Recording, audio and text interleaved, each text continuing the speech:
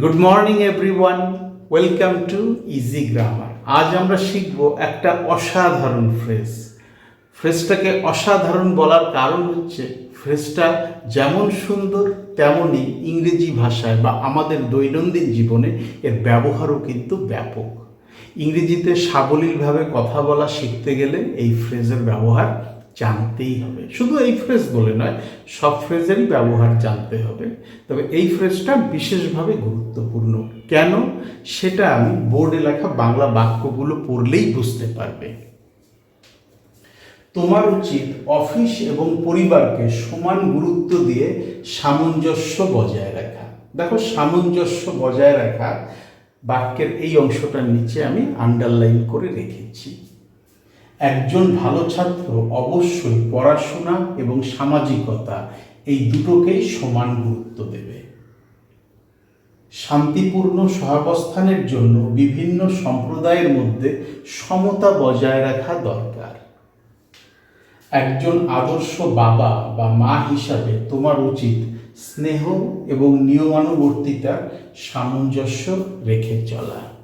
তো এই যে বাংলা বাক্যগুলো আমি পড়লাম, এই বাংলা বাক্যগুলোতে একটা ব্যাপার কিন্তু খুব পরিষ্কার, সেটা হচ্ছে একাধিক বিষয়কে সমানভাবে গুরুত্ব দিয়ে তাদের ভেতরে সমতা বজায় রাখার কথা বলা হয়েছে, সামঞ্জস্য রক্ষা করার কথা বলা হয়েছে।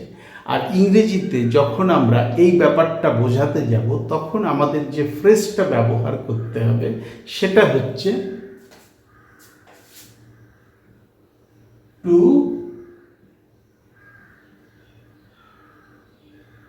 strike a balance.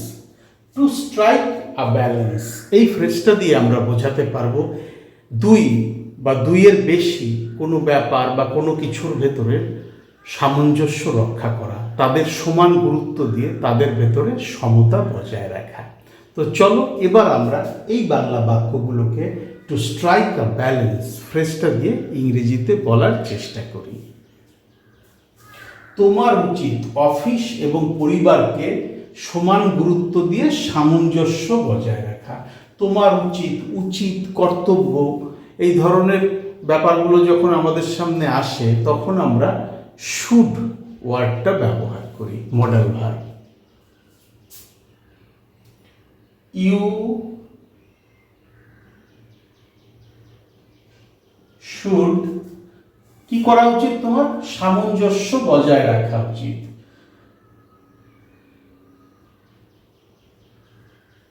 Strike a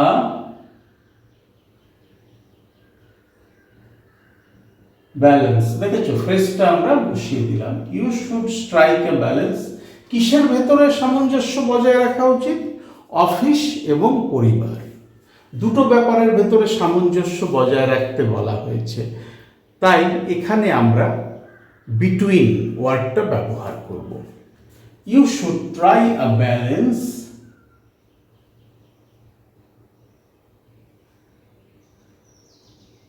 between office and পরিবার, family. You should strike a balance between office and family. তোমার উচিত অফিস এবং পরিবার দুটোকেই সমান গুরুত্ব দেওয়া। একজন ভালো ছাত্র অবশ্যই পড়াশোনা এবং সামাজিকতা এই দুটোকেই সমান গুরুত্ব দেবে। একজন ভালো ছাত্র, a good student, অবশ্যই, মাস্ট, কি করবে? সমান গুরুত্ব দেবে দুটো জিনিসকে। আ গুড স্টুডেন্ট মাস্ট, এইবার আমি ফ্রেজটা বসাবো, স্ট্রাইক আ ব্যালেন্স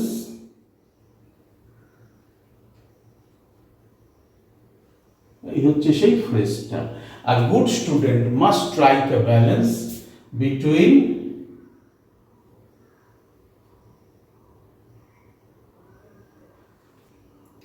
পড়াশোনা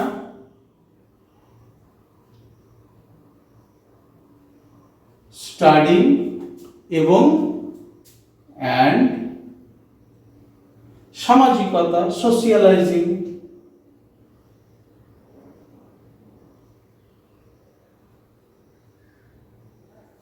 A good student must strike a balance between studying and socializing. একজন ভালো ছাত্র অবশ্যই পড়াশোনা এবং সামাজিকতা এই দুটোকেই সমান গুরুত্ব দেবে। শান্তিপূর্ণ সহাবস্থানের জন্য বিভিন্ন সম্প্রদায়ের মধ্যে সমতা বজায় রাখা দরকার। প্রত্যেকটা সম্প্রদায়কে সমান গুরুত্ব দেওয়া দরকার, তাহলেই সবাই পাশাপাশি শান্তিপূর্ণভাবে বাস করতে পারবে। জন্য, ফর, কিসের জন্য? শান্তিপূর্ণ সহাবস্থানের জন্য। ফর আ পিসফুল, শান্তিপূর্ণ,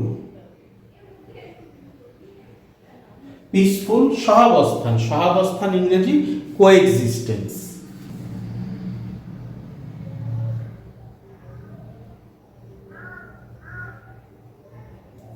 ফর আ পিসফুল কোএক্সিস্টেন্স দরকার, এটা দরকার, আমাকে একটা ডামি সাবজেক্ট আনতে হবে। It is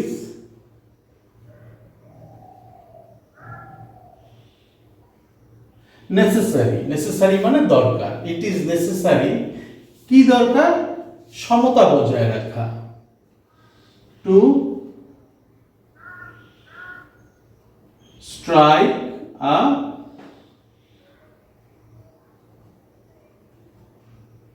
strike a balance হচ্ছে ফ্রেজটা। শান্তিপূর্ণ সহাবস্থানের জন্য সমতা বজায় রাখা প্রয়োজন বা সমতা বজায় রাখা দরকার। এখানে দুটো সম্প্রদায় হতে পারে বা দুইয়ের বেশি সম্প্রদায়ও হতে পারে, কিন্তু আমি এখানে দুটো সম্প্রদায় ধরে নিচ্ছি। বিভিন্ন বলা হলেও আমি এখানে দুটোই ধরে নিচ্ছি সম্প্রদায় আছে, তাই আমি এখানে বিটুইন ওয়ার্ডটাই ইউজ করব, এমন ইউজ করব না।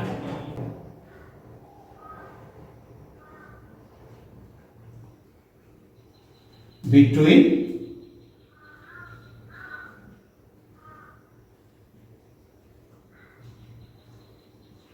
different communities.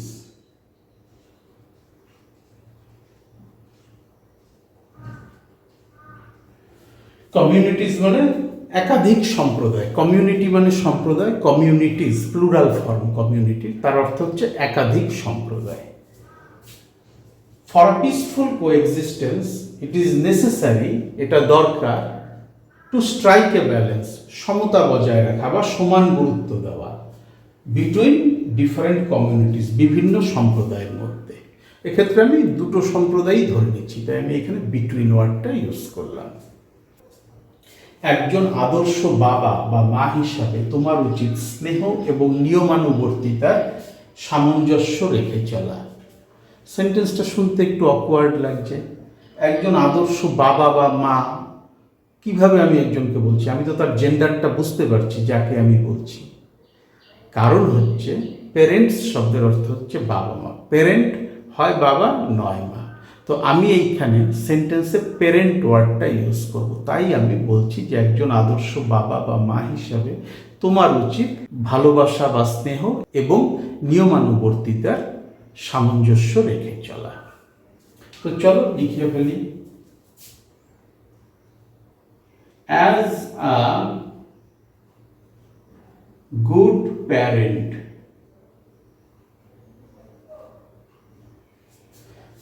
তোমার উচিত, উচিত কর্তব্য, এই ক্ষেত্রে আমরা মডাল ভার্ব শুড ব্যবহার করি। ইউ শুড স্ট্রাইক আ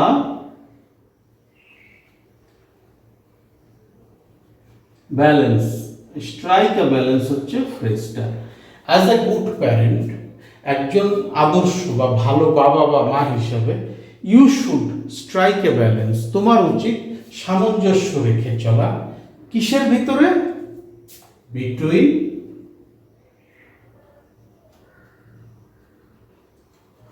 স্নেহ ভালোবাসা, লাভ, অ্যান্ড নিয়মানুবর্তিতা, ডিসিপ্লিন।